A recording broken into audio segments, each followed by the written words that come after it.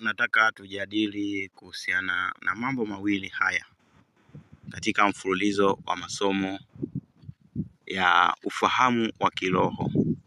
Asili ilikuwepo kabla ya sayansi hii ya kisasa.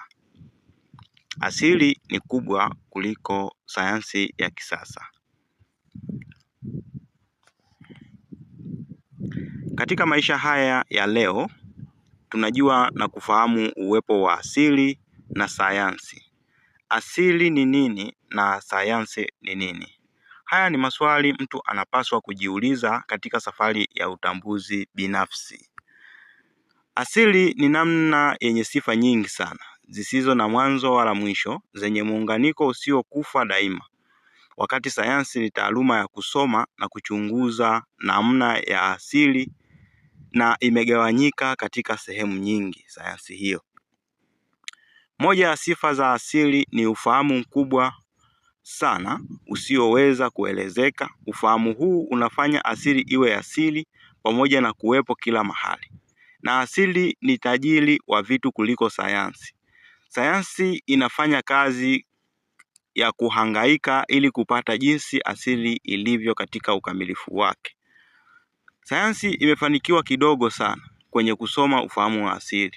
Sayansi imefanya jitihada ya kuiga ufahamu huo na kuunda au kutengeneza mambo mengi tunayosema ni mambo ya kisayansi, au tunatumia lugha ni mambo ya kitaalamu. Asili kuu haijadiliki kabisa, lakini kiufupi hapa tuiseme kwa sifa hizi ni uhai mkuu, uweza mkuu, wema mkuu wenye viumbe vinavyoonekana na visivyoonekana, vyenye namna zinazoonekana na zisizoonekana, vilivyofanywa na asili kuu yenyewe kwa sheria zake. Sababu ya sayansi kuwepo ni nini hasa? Huwezi kujadili sababu ya kuwepo na sayansi bila kujadili uwepo wa viumbe katika ulimwengu, yaani kiumbe mtu na viumbe wengine wa asili. Sayansi ni maendeleo ya maisha zidi ya kiumbe mtu.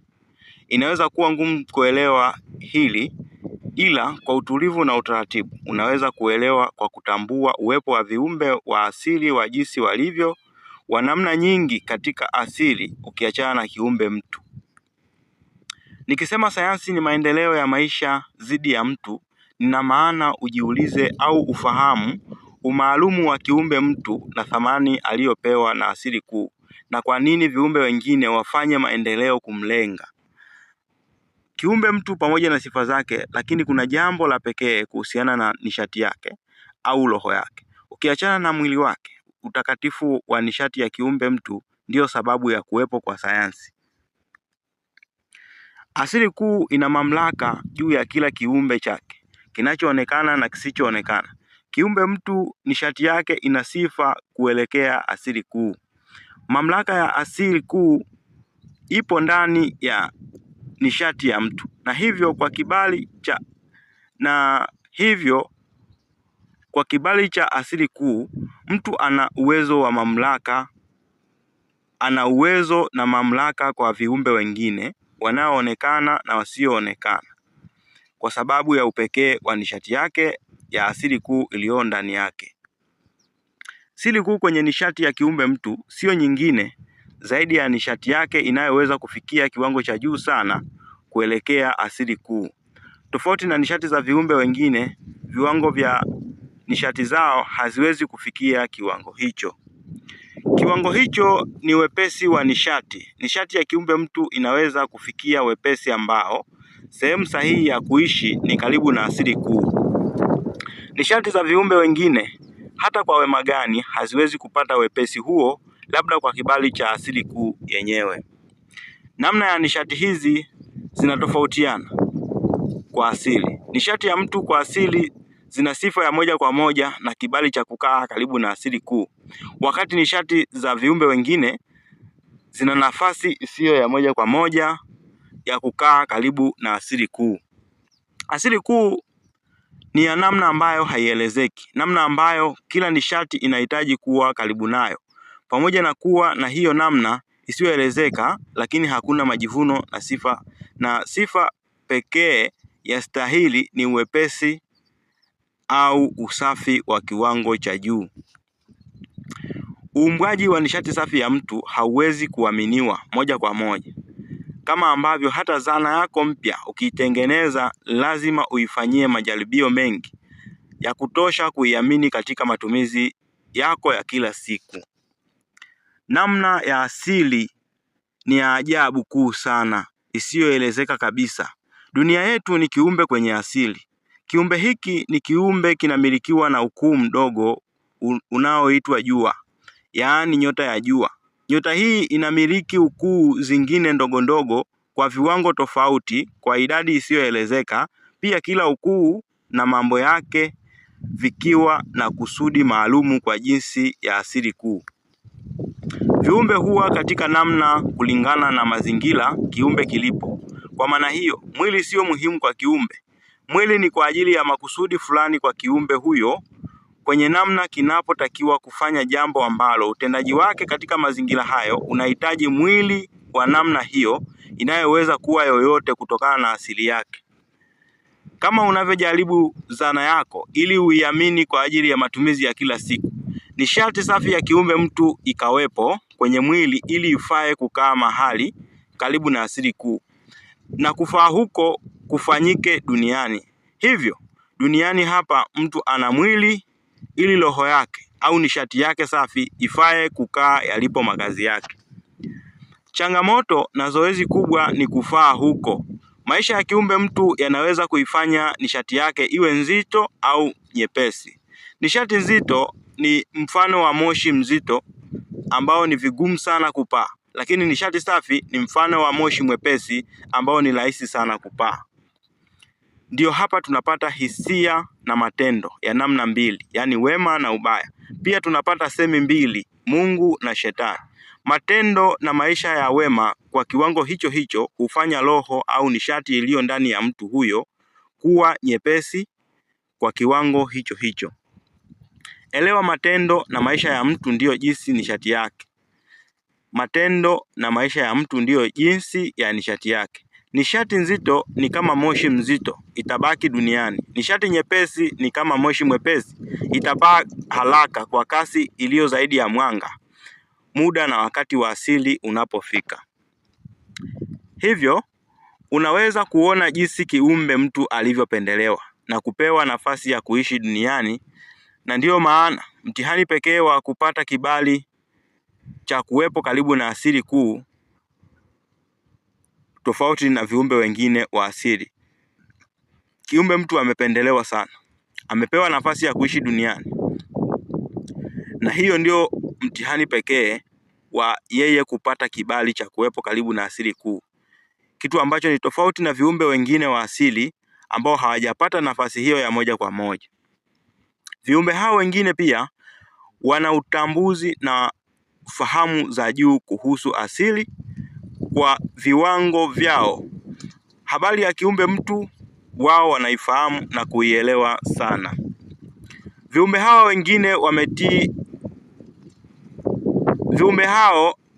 wengine wametii na kukubali jinsi walivyoumbwa na kutii na kuheshimu kuwepo katika namna hiyo, lakini wengine wamepata wivu sana kwamba asili zao hazina nafasi ya moja kwa moja za kuwepo karibu na asili kuu. Roho hawa ambao wameshindwa kutii na kuheshimu jinsi walivyoumbwa, ndio hao waleta shida kwa kiumbe mtu. Lengo lao kubwa likiwa ni kuhakikisha kiumbe mtu abaki bila kwenda anapotakiwa kwenda, na awe kama yalivyo maisha yao hao roho wasiowatii kwa asili kuu. Na jambo hili wanalitekeleza kwa mbinu nyingi sana hapa duniani.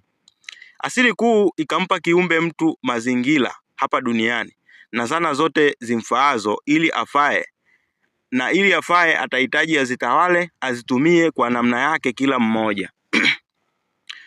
Viumbe au roho wasiowatii wakatumia maarifa yao ya asili kuzaliwa na kujifanya viumbe watu katika miili inayofanana na mtu halisi wa asili, yote ili kumchanganya kiumbe mtu, kwa maana kwa namna zao na vitimbi visivyoonekana mtu wa asili ni mwenye zana na maarifa ya kuwadhibiti kwa kiwango kikubwa sana hapa duniani. Na hivyo Kwa kujifanya kama watu, imekuwa rahisi kufanya vitimbwi wakitumia miili kama ya watu wa asili. Wanatumia maarifa yao ya asili kuzaliwa kama watu. Lengo ni kuwa na namna hiyo ya mwili, ili kumpoteza mtu wa asili katika usawa wake, ili wafanikishe kusudi lao la kufanya mtu wa asili nishati yake isiende pale ambapo wao hawana kibali cha moja kwa moja. Asili na mazingira ya ulimwengu mahali mtu alipo yanatii mamlaka ya nishati safi ya mtu wa asili, kiasi mtu wa asili akiwa katika uwiano wake wa asili anaweza kutumia zana zote kwenye ulimwengu alipo kwa jinsi na namna ya mpangilio wake. Asili na mazingira ya ulimwengu mahali mtu wa asili alipo haimtambui mtu asiye wa asili, na hivyo maisha yake hapa duniani, huyo mtu mwenye mwili wa mtu bila nishati safi ya kiumbe mtu wa asili, yangekuwa ya shida sana na rahisi kwa mtu wa asili mwenye nishati safi. Zamani za kale hapakuwa na vifaa vya sayansi na teknolojia ya sasa, lakini kila kitu kilifanyika. Watu walishibiwa, watu walisafiri, watu waliwasiliana, na pia watu walifanya mambo mengi sana. Hivyo roho waasi kwa kutumia mwili wa mtu wamefanya mazingira rahisi kwa ajili yao na kumshawishi mtu wa asili kutumia mazingira hayo kuwa ni halali, na kuwaaminisha watu wa asili kuwa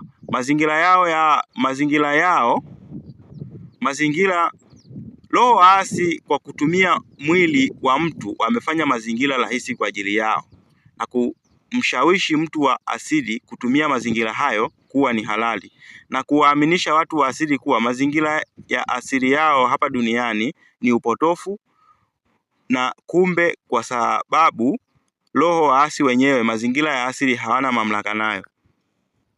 Hivyo ndani ya jamii ya sasa tuna nishati za viumbe watu wa asili na nishati za viumbe wasio watu katika miili ya watu, tena kwa kuzaliwa. Nia zao hawa viumbe ndio utofauti, na sio kuangalia miili ya watu tulionayo. Kama unaelewa habari hiyo hapo juu, basi utatambua kuwa sayansi ni zidi ya mtu wa asili, na ni kwa ajili ya viumbe wasio na uwezo na mamlaka kwenye mazingira haya maalum kwa ajili ya kiumbe mtu halisi. Wamekuja na vitu vingi ili viumbe hawa wapate kibali mbele ya watu wa asili. Mfano, haki za binadamu, kwa kuwa viumbe hawa wana mionekano na miili kama ya watu, ili waonekane na wapate vibali mbele ya mazingira ya macho ya nyama mbele za watu, wakaseme kuwa na haki za binadamu. Na mambo mengine, eti hati miliki. Wanasema kuwa na hati miliki kwa maana ya kuwa taifa fulani haliwezi kuwa na sheria za kutengeneza kitu fulani isipokuwa taifa fulani. Ili kudhibiti kabisa, wakaleta sheria za Umoja wa Mataifa ili kutoa adhabu wanazojisikia kwa uhuru kwa watu au kwa mtu anayekiuka matamanio yao. Wakaleta sayansi ili ndiyo iwe halali na asili ya dunia. Wameileta sayansi ili ndiyo iwe halali na asili ya duniani waifanye haramu. Wakaleta dini ili kupindisha asili na mambo mengine mengi katika wakati huu. Wakaleta elimu ili wafundishe wanavyotaka. Mambo mengi wanayoyafanya viumbe hawa, lengo kuu ni kuhakikisha nishati safi ya kiumbe mtu isipae kwenda sehemu ambayo wenyewe hawana kibali napo cha moja kwa moja. Mambo mengi wanayoshawishi watu wayafanye ni ya kuifanya nishati ya kiumbe mtu baada ya maisha ya mwili iwe nzito kiasi cha kushindwa kupaa. Katika masomo ya asili, roho safi ya kiumbe mtu isipofaa na kupaa huwa na nafasi kadhaa za kuzaliwa tena duniani ili iweze kujifunza tena kupitia mwili mwingine mpya. Kwa hiyo kiumbe mtu ana vita isiyoonekana dhidi ya viumbe waasi. Yaani sehemu ya mtu halisi kujifunza ili afae ipo, lakini viumbe waasi kupitia miili ya watu wanafanya vitimbwi. Lakini sio kila nishati ya asili ya jamii ya hao waasi ni waasi. Hapana. Roho wengine pamoja na kuwa na nguvu au nishati isiyo na kibali cha moja kwa moja kama nishati safi ya kiumbe mtu, lakini wamekubali kuwa jinsi walivyo na kuridhika na maamuzi ya asili kuu. Yaani asili kumfanya mtu na kumpa upekee huo, wakati wao hawana huo upekee. Itoshe kusema sayansi ni zidi ya kiumbe mtu na sio kwa ajili ya kiumbe mtu. Na hii ndiyo maana ya sayansi yao walivyoandika. Hii ndiyo maana na tafsiri ya sayansi katika elimu hizi za mantiki. Nikisema elimu za mantiki ni hizi elimu ambazo watu wanaenda kujifunza sheria. Wanatafsiri sayansi kama ni mfumo wa kufuata utaratibu, wa kufuata taratibu maalumu ili kutafuta, kukusanya na kupanga maarifa kuhusu ulimwengu na vitu vyote vilivyomo kupitia uchunguzi, majaribio na upimaji wa kweli. Ndivyo wanavyotafsiri sayansi yao. Katika uwepo huu unatakiwa kutambua kuwa hakuna dunia peke yake, bali kuna sayari nyingi sana, ikiwemo sayari za mfumo wa jua letu. Kumbuka, jua ni nyota, na basi hata nyota zingine zinamiliki sayari zake. Tambua pia kuwa kila sayari ni kiumbe hai chenye sifa na tabia fulani za kiasili.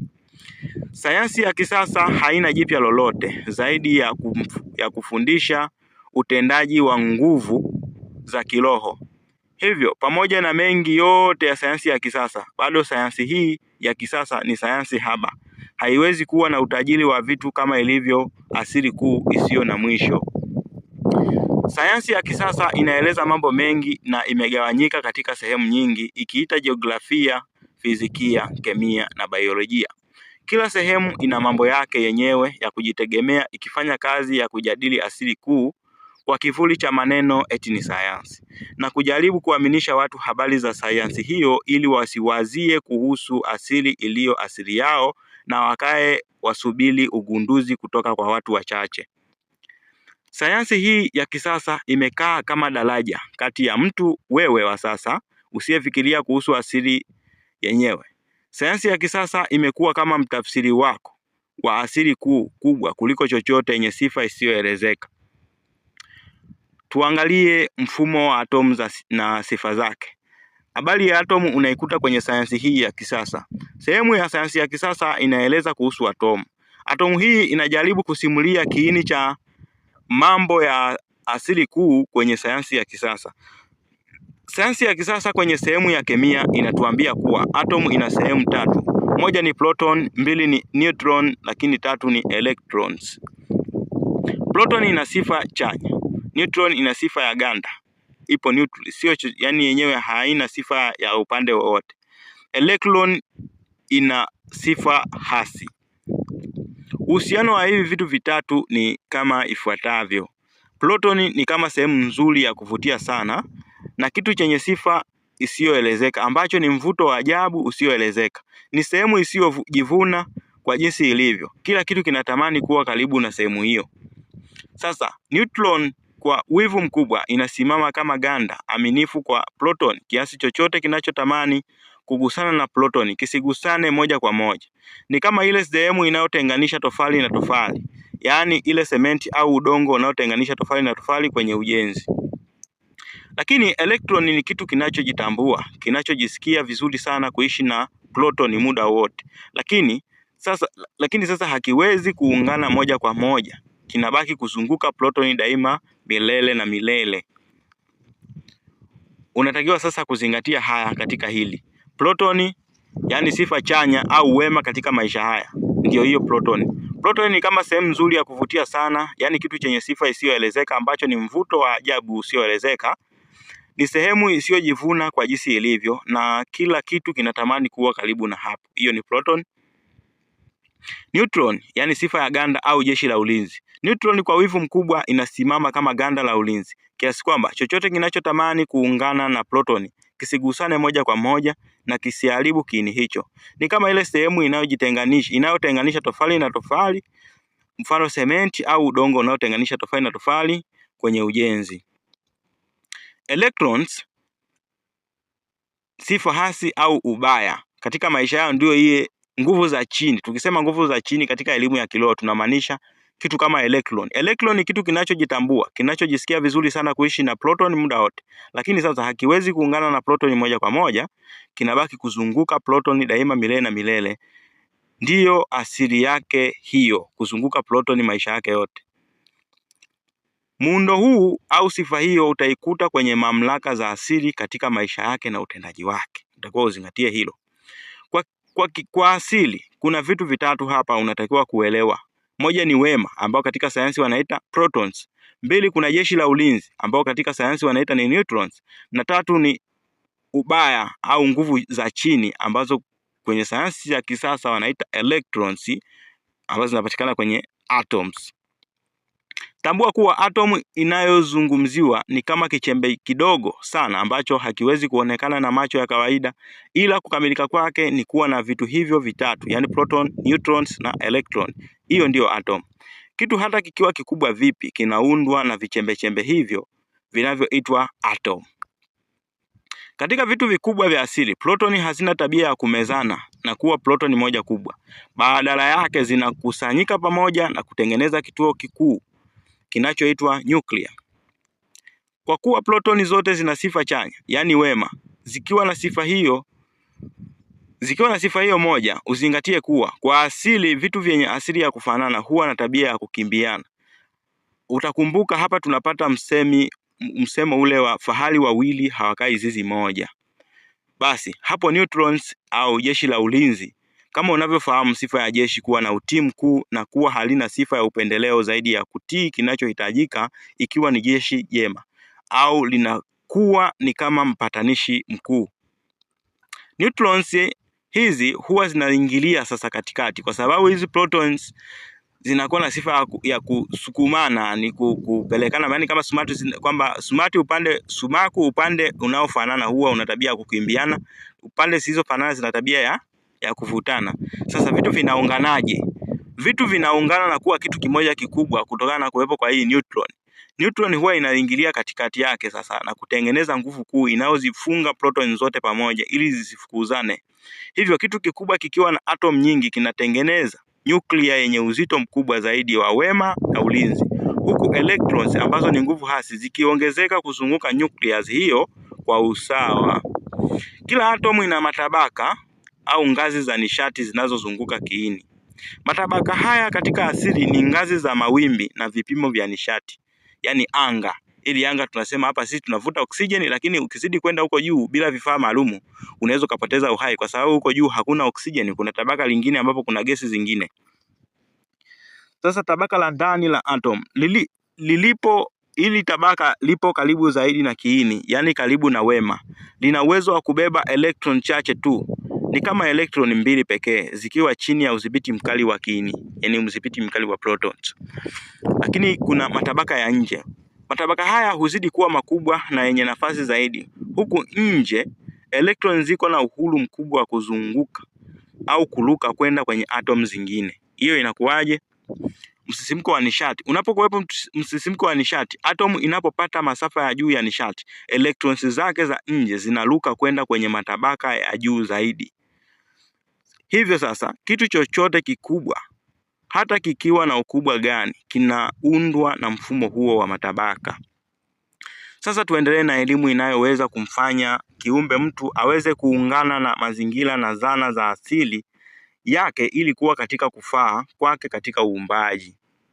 Ili kujitambua, kukaribia na ukamilifu, lazima ujadili ulipo sasa na mawasiliano na hali hiyo. Lazima uwaze kwamba wewe uko wapi katika ulimwengu huu na uweze kupata mawasiliano na hali inayokufanya uwepo katika hapo ulipo. Ndiyo hapa kiumbe mtu yupo duniani kwenye sayari ya tatu kutoka kwenye mfumo wa jua. Mfumo huu wa jua letu upo kwa kiasili na ni muhimu kufahamu miondoko ya mfumo wa jua letu kwenye kundi la nyota lake. Mfumo huu wa jua upo kwenye kundi la nyota fulani. Kwa lazima tuweze kufahamu miondoko iliyopo ndani ya mfumo wa jua hili tukiwa katika sayari ya dunia. Lakini pia mfumo wa jua letu sio mfumo pekee wa asili. Kwa maana hiyo ni tabia ambayo kila nyota kulingana na viwango na kufaa kwake kuwa na sayari kama ilivyo jua letu la kiasili. Hoja ya msingi ni kiumbe mtu yupo ndani ya mfumo wa jua. Ndani ya mfumo wa jua kiumbe mtu anapatikana kwenye sayari ya tatu inayoitwa dunia. Nyota ya jua na mambo yake vina mwendo na namna nyota ya jua na mambo yake vina mwendo na namna kwa utaratibu na oda ya asili. Hata dunia ndani ya mfumo wa jua ina mwendo na namna kwa utaratibu na oda ya asili ndani ya mfumo wa jua. Sasa umeelewa habari ya mwendo wa nishati kuwa kwa namna kulingana na mazingira ilipo kwa uwiano maalumu wa asili. Ukaelewa habari ya nishati safi kupaa, ukaelewa matabaka kutoka na kufika, yaani umeelewa matabaka ya kutoka nje ya dunia na kufika duniani kutoka huko angani. Lakini pia kuna mlango au sehemu maalumu ya kuingilia kwenye anga alipo kiumbe mtu na kutoka nje ya mfumo alipo kiumbe mtu. Vile sio kila wakati kutoka na kuingia kunawezekana, na ndiyo maana pakawepo na majira na nyakati. Sio kila muda uwezekano wa kutoka duniani na kuingia duniani unawezekana. Ndiyo maana tukapata majira na nyakati. Sasa tujifunze mambo ya majira na nyakati kwa usahihi. Dunia haijatulia, ipo inakimbia angani kwa kasi kubwa ikizunguka jua, yaani kama ilivyo kwa gari linalokimbia kwa kasi. Gari linalokimbia kwa kasi kubwa, ambapo mtaalamu pekee ndiye anayeweza kuruka au kupanda au kushuka akiwa salama bila kuumia. Ndiyo hivyo pia roho na nishati za ulimwengu zinavyohitaji uelekeo, mpangilio na maagizo maalum ili kuingia, kutua salama na kufanya kazi duniani. Dunia inapokuwa kwenye pembe mbalimbali maalumu za njia yake ya kulizunguka jua, inatengeneza madirisha ya nishati. Kwenye kila dirisha, aina fulani ya roho, nguvu za asili na nishati mpya hupokea amri kulingana na kasi na mjongeo wa dunia. Nishati zilizopo duniani hazifuati kalenda za karatasi za kileo, bali zinatumia kutazama mwezi kama dira ya asili na ujuzi ili kujua wakati halisi dunia ilipo na mwendo gani na sehemu gani ipo, ili kuandaa utakatifu kulingana na mitetemo na kutekeleza amri kuu za asili. Dunia inachukua muda wa siku 365 ili kukamilisha mzunguko wake wa kulizunguka jua.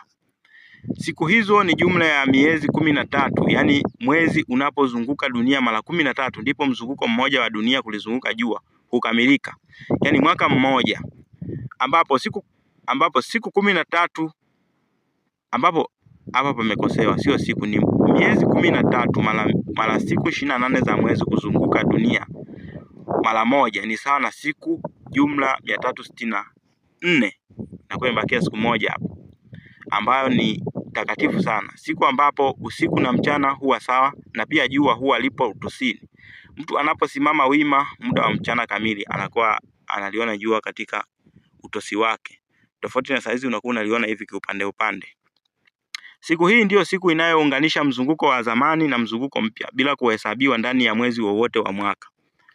Siku hii ndiyo kitovu cha msawazo wa ulimwengu. Sumaku ya dunia inakaa kwenye msawazo na lango la ulimwengu linakuwa wazi kabisa.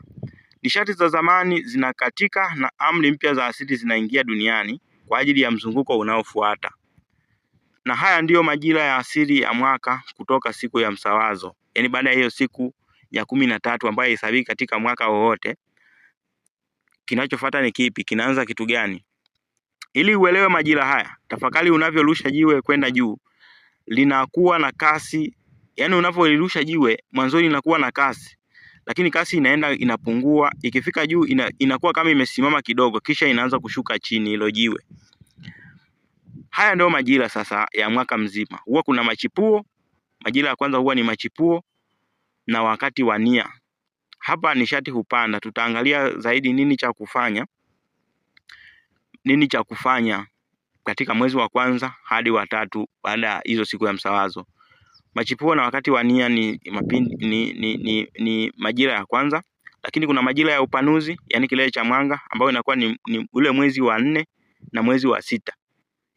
Miezi ninayomaanisha hapa ni miezi ya angani, sio miezi ya kwenye kalenda hii. Lakini kuna majira ya msawazo, lakini kuna mavuno na shukrani, lakini kuna utakaso na hekima. Tuangalie kipindi cha machipuo na wakati wa nia, ambapo nishati hupanda na kuingia. Nishati ya dunia na mfumo wa jua hapa inaanza kusukuma vitu kwenda juu. Roho na nia mpya zinatua mwilini na ardhini. Mwezi wa kwanza kutoka siku ya msawazo. Kinachofaa hapa pamoja na mengine ni kuweka nia, kupanga na kuandika maono ya roho yako kulingana na amri mpya zilizoingia. Mwezi wa pili, hapa nishati hutulia na kuanza kujenga umbo lake. Kinachofaa kufanyika wakati huu ni kuweka ulinzi wa kiroho, kuimarisha mahusiano ya familia na kufanya kazi za nguvu za mwili ili kuunganisha misingi ya maisha. Pamoja na yote nikwambia kuwa ulinzi mzuri kuzunguka kitu ni kuishi vizuri na vitu vinavyokizunguka hicho kitu. Mwezi wa tatu. Mwezi huu ni wa mapito na mabadiliko. Upepo unakuwa mwingi na miondoko ya hewa inakuwa na nguvu sana. Kinachofaa wakati huu huwa ni kusafiri, kueneza mawazo na kufanya mawasiliano. Katika mwezi huu, siku ya 14 ya mwezi mpevu, siku ya 14 baada ya ule mwezi giza, huwa kuna mwezi mpevu. Ni siku nzuri sana katika mwezi huu. Hii ni siku nzuri sana. Kwa katika huu mwezi wa tatu baada ya siku ya msawazo hili, huwa ni siku nzuri sana kwa maombi au mila za kuondoa vikwazo njiani. Tuangalie upanuzi kilele cha mwanga, yaani mwezi wa 4 mpaka mwezi wa 6 baada ya msawazo. Katika kipindi hiki nishati inatanuka na kutoa udhihirisho wa nje. Mwezi wa 4 nishati huwa na nguvu sana. Hapa nguvu ya mwanga wa jua huzidi kuongezeka. Kinachofaa kufanyika hapa ni kujitanua kikazi, kuweka wazi mipango na kutumia nishati ya jua kuleta matokeo ya haraka kwenye kile unachokipanda. Mwezi wa 5, mimea na asili hutoa matunda ya kwanza. Kinachofaa wakati huu ni kukuza na kupanua miradi na mahusiano. Mwezi mpevu wa mwezi huu ni mzuri sana kujianika kwenye mwanga wa mwezi ili kupokea maagizo ya akili ya ndani. Mwezi wa 6, mwezi huu nguvu za asili huwa na nguvu sana. Hiki ni kipindi cha maua na nishati thabiti. Kinachofaa wakati huu ni kutumia mitishamba ya dawa kusaidia jamii kwa baraka ulizopata, kufanya kazi za ushirikiano.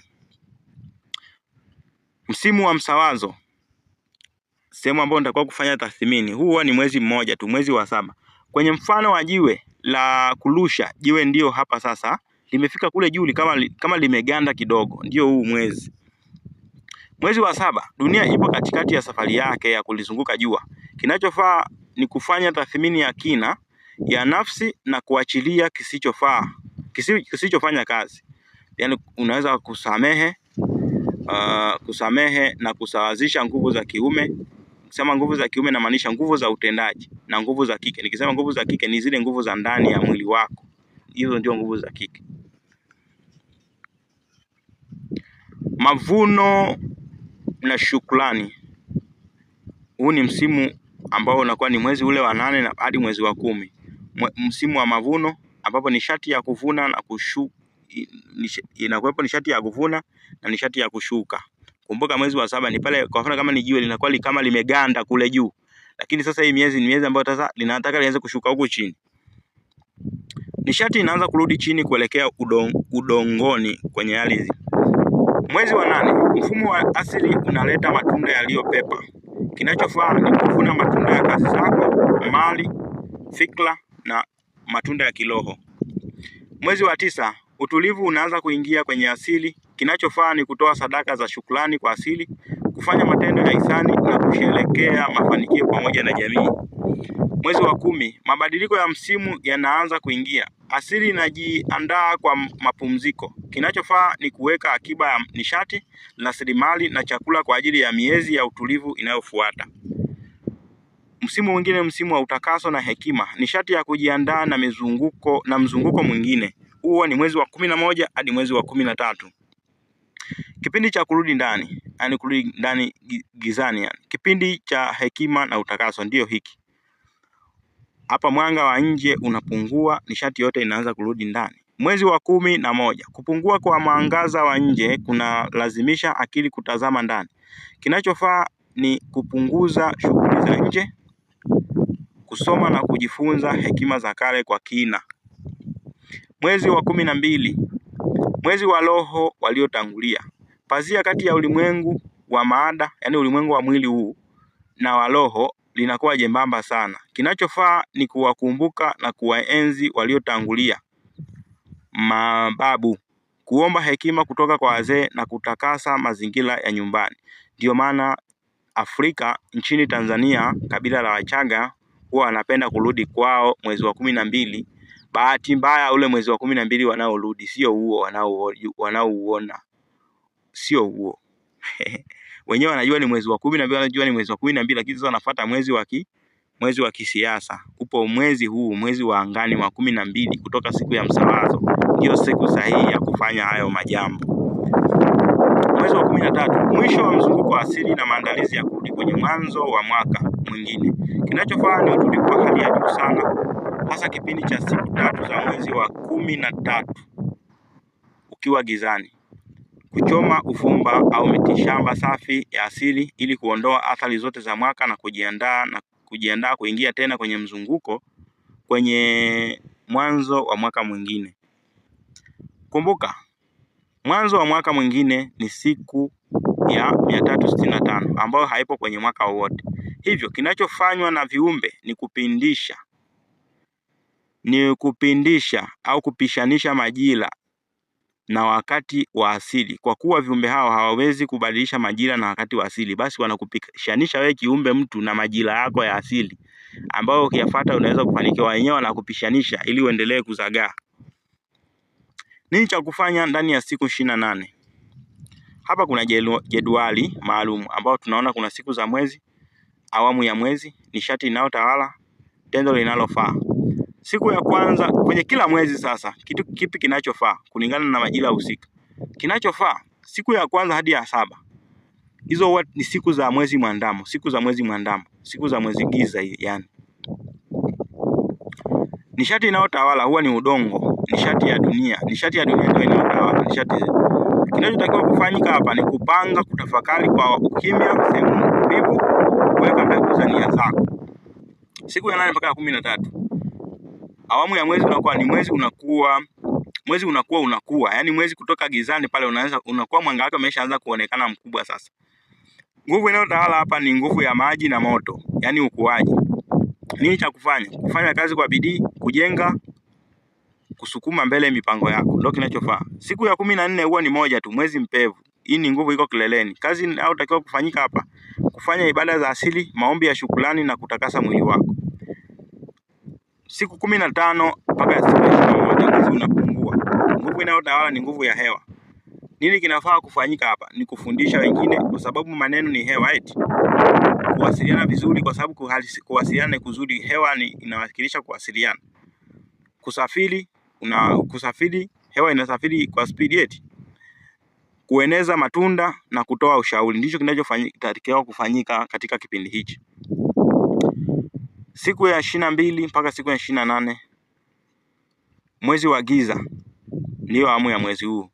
Hichi kinachotawala ni vindichi ni roho. Lazima kufanya mazoezi ndani ya meditation ya kina, lakini vivyo lazima uweze kupumzisha mwili na kuondoa sumu. Katika vipindi hivi usio unasafiri kipindi cha mwezi giza, usio unasafiri kipindi cha mwezi mpevu.